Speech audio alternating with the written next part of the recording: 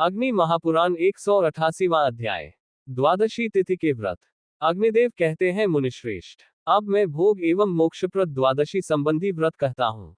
द्वादशी तिथि को मनुष्य रात्रि को एक समय भोजन करे और किसी से कुछ नहीं मांगे। उपवास करके भी भिक्षा ग्रहण करने वाले मनुष्य का द्वादशी व्रत सफल नहीं हो सकता।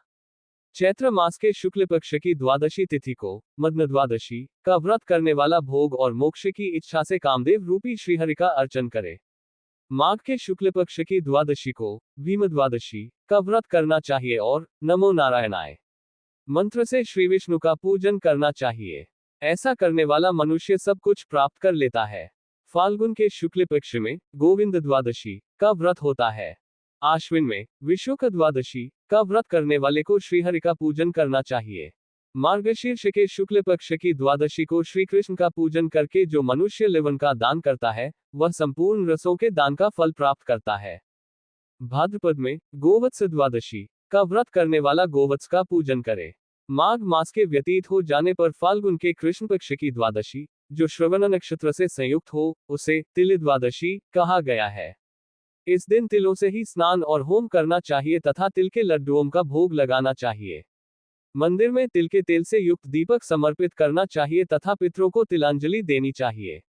ब्राह्मणों को तिल दान करे। होम और उपवास से ही तिल द्वादशी का फल प्राप्त होता है।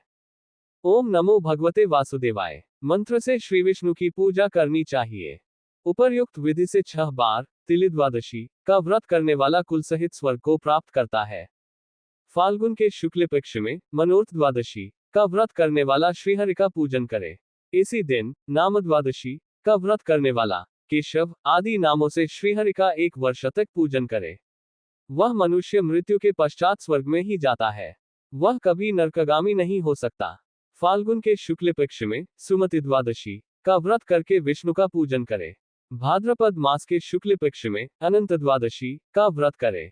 माघ के शुक्ल पक्ष में आश्लेषा अथवा मूल नक्षत्र से युक्त तिल द्वादशी करने वाला मनुष्य कृष्णाय नमः मंत्र से श्री कृष्ण का पूजन करे और तिलों का होम करे।